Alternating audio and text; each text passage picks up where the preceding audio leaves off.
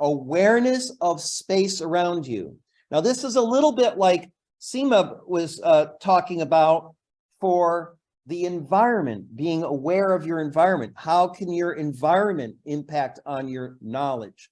Well, we're going to try another experiment here, and you're all invited to do this.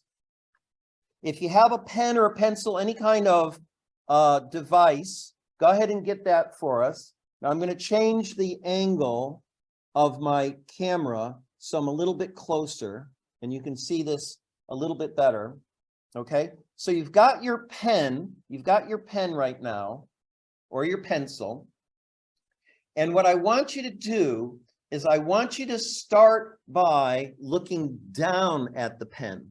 All right, so the pen is below you and you're making a circle with it. You're making a circle. Okay, now as you're circling, we're going to be doing this clockwise. So imagine the numbers 12, 3, 6, 9. 12, 3, 6, 9. You're looking down. 12, 3, 6, 9. Now keep going the same exact direction, but bring the pen over your head and look at it from underneath. Is it still going 12, 3, 6, 9? Or has your perception now changed that it's going 12, 9, 6, 3? So instead of clockwise, are you now perceiving it to go counterclockwise? All right. So you can do the test a couple times, and you may want to try this test tomorrow or with some friends, because it changes, your perception changes. So we are looking at it down clockwise, but when we are looking at it from underneath, looking up to counterclockwise, your perception may change. Your perception may change. So here's another interactive opportunity for you. You're going to go to that WooClap website again, but the code for this exercise is ODMFEH. So it's wooclap.com, WOOCLAP.com, and the code is ODMFEH. Or again, if you have your smartphone, you can take your phone and scan that QR code, and it will bring you right to the form. So what we're trying to do now is, again, engage the audience to see, for you, did it change? Did the view change? So let's take a look and see. Okay, interesting. So did the pen stay the same direction? One of the three people who have responded said that it stayed the same direction. So our perception stayed the same clockwise. But several of you, the majority of you, and people can start, you can enter more in there, and you can do the test and then go to this website and be able to see how the numbers are changing. But if you put in, you can see it looks like the majority of the people at this time, when they are looking at this, their perception of the pen changed. It seemed to go the opposite direction. But of course, we know that it didn't actually change. It was just our view of the pen from looking from underneath. So that makes us wonder a little bit. That makes us think, if our view of knowledge can be impacted, if we can have that knowledge, that product, like we were talking about before, CMEB mentioned, like content, your perception of content. Mike, Dr. Howarth mentioned about the visual quality of knowledge. How can we have this, perception change? All right, so let's think about that, because we've got one last exercise that we're going to do all together. So if you want to, you can take your phone and take a picture of this image. You can take a picture of this little grid, and imagine that we cut that in paper and that you're going to fold that into a cube. All right, so you're going to take that, cut it into a T shape, and then you're going to fold it so that it's the shape of a cube. All right, so you can, if you have some paper or pen, you can scribble a little note if you want. All right, but what we're doing now is we're trying to look at our experience of gaining knowledge and looking at it from the inside, looking out. At the moment, we're in a two-dimensional experience. You see me up on a flat screen, but we live in a 3D world. How can we make our learning experience, this process? You know, Gianni was talking about experience of knowledge. How can we make this an inside looking out experience?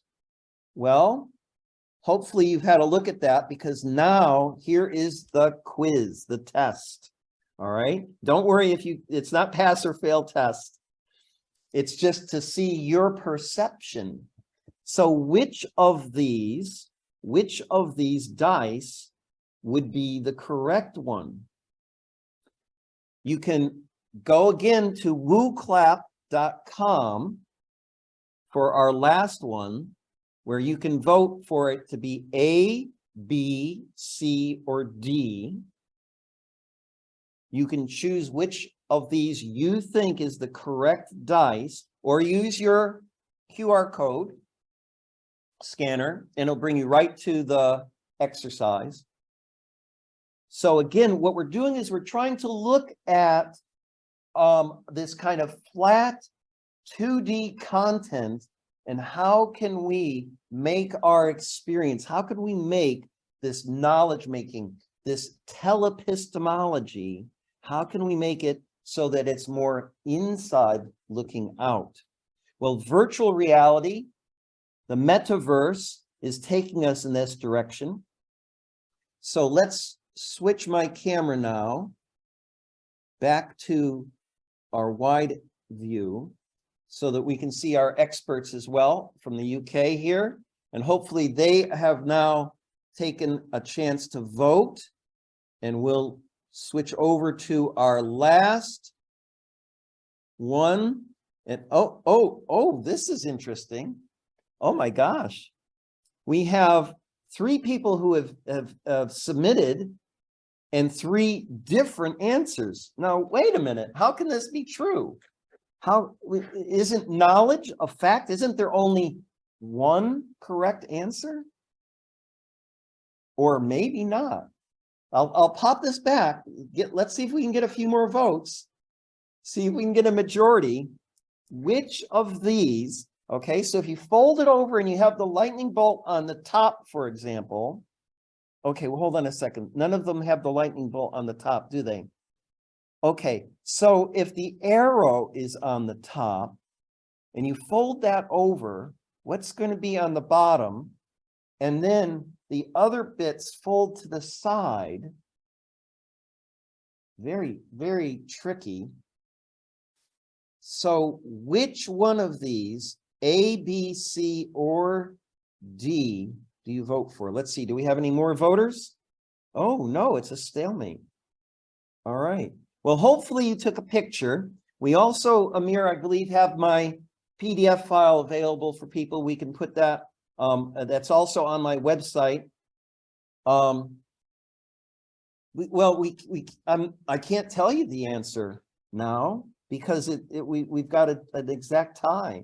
You'll have to look at that and test it yourself and see. I think I know which one is the right one, but we'll have to see and get you to post in the text chat on my website what your conclusion is, or put in this Woo Cloud.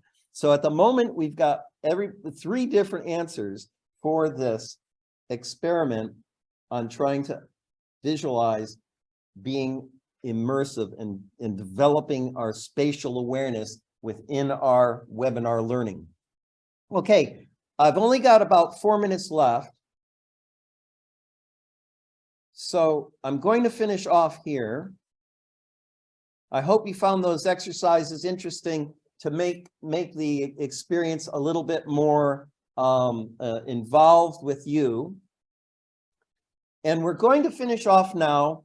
We'll ask someone from the Pakistan expert group. We'll start off with them, and then we'll see if David or Mike or Jian wants to contribute for our summary reflections. So we've gone through some exercises. We've discussed what knowledge is. We've discussed having the group in a circle, so you can see the people in Pakistan are sitting in a round table for their discussion. Changes the dynamics of interacting with each other. We're in a bit of a virtual circle here with having our UK representatives in the screen, and if we had a curved screen, then it would be more of a semicircle. Then we got into epistemology.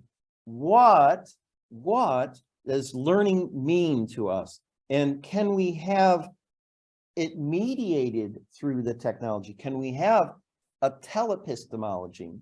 And then we finally finished off with some exercises in perception so that you can see where you are, whether you're looking down or up, or you're trying to conceptualize that physical item or idea in a 3D experience. What is that going to be like? All right, so let's see here. We're going to ask someone from the Pakistan group if they would care to just give us, there's no right or wrong answer. Just give us your opinion. What do you feel that is a takeaway from today's session? So maybe immediately you want to do the microphone.